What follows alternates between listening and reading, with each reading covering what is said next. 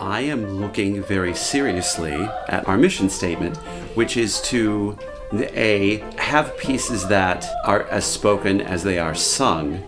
And I've always been able to mount something that's contemporary music, but at least some of the scenes, and sometimes the most important apocryphal scene, is suddenly spoken, which I think it's interesting. A lot of contemporary composers actually do that.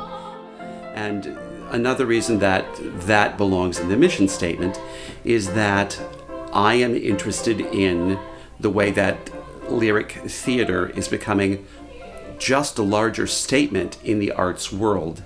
As lines begin to blur between opera and operetta and musical theater, and as people begin to cross over, performers begin to cross from one of those realms to another, as do directors, as do designers, as do choreographers. As that starts to blend, and if we're going to sing and we're going to talk in the same place, is Sweeney Todd this or is Sweeney Todd that, then how do we address that and who do we bring to the table?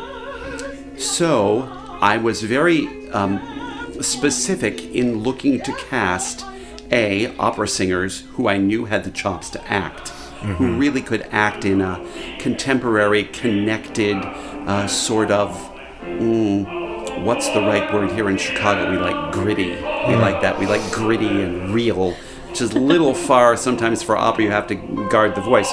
But to be able to actually give that sort of honest, upfront performance, which is another reason why I've been working in very small, found spaces, very much in the storefront idiom. Yeah. Because I wanted the audience to be close enough that those real theatrical moments weren't what might have to be big enough to be seen and understood in that huge thing called the Lyric Opera of Chicago.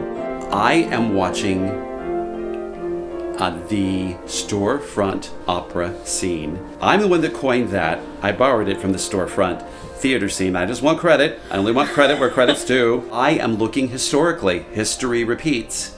So what happened with the storefront theater scene in Chicago that made it a national concern? It was different than what anybody else was doing, and some of it was new literature. Some of it was literature that was being actually written here. All of it was in found spaces with ensembles that were willing to sew the costume if that's what they had to do to get the work done. The audiences were not always huge. There wasn't a whole bunch of money. But then suddenly there was a national understanding of, they're the first one to do this playwright's play. Because that playwright actually gave them the rights.